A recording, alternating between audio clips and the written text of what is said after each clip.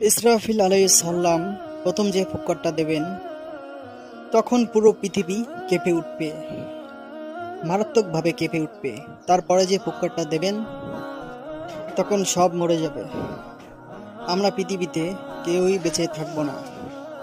মানুষ মরে যাবে, জিন জাতি মরে যাবে, সমস্ত ফেরেশতারাও মরে যাবে।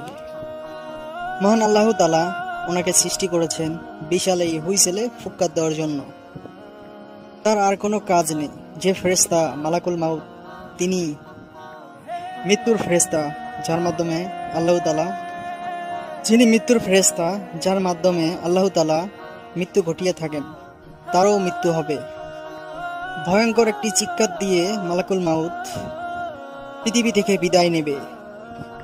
আল্লাহর হাবিব সাল্লাল্লাহু আলাইহি সাল্লাম বলেন, এই ভয়ঙ্কর চিৎকার যদি আলাদা করে পৃথিবীবাসী শুনত, তাহলে আর ইসরাফিলের ফুৎকার দেওয়ার প্রয়োজন হতো না। প্রতিটা মানুষ কানের পর্দা ফেটে লাশ হয়ে জমিনে পড়ে থাকত। মালাকুল মউত মরে গেল। মহাবিশ্বে আর কেউ থাকবে না একটা শর্তা ছাড়া। তিনি কে? মহান রব্বুল আলামিন সুবহানাহু ওয়া তাআলা। সর্বশেষ হুইসেলটা যখন দেওয়া হবে, তখন সব মৃত লাশগুলো জীবিত হয়ে খাড়িয়ে থাকবে জমিনের উপরে। সৃষ্টির পরের থেকেই বিশাল হুইসেলটা নিয়ে আজও তিনি দাঁড়িয়ে আছেন। যে মুহূর্তে আমরা এখনো কথা বলছি, এখনো তিনি এই হুইসেলটা নিয়ে দাঁড়িয়ে আছেন।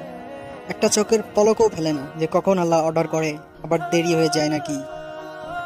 তো আশা করি ইসলামিক ভিডিও ভালোবেসে থাকলে আমাদের চ্যানেলটি সাবস্ক্রাইব করে সঙ্গেই থাকবেন। ভিডিওটি একটি লাইক, একটি শেয়ার করবেন অবশ্যই, আর কমেন্টে জানাবেন নেক্সট ভিডিও কী ধরনের পেতে চান। আল্লাহ হাফেজ।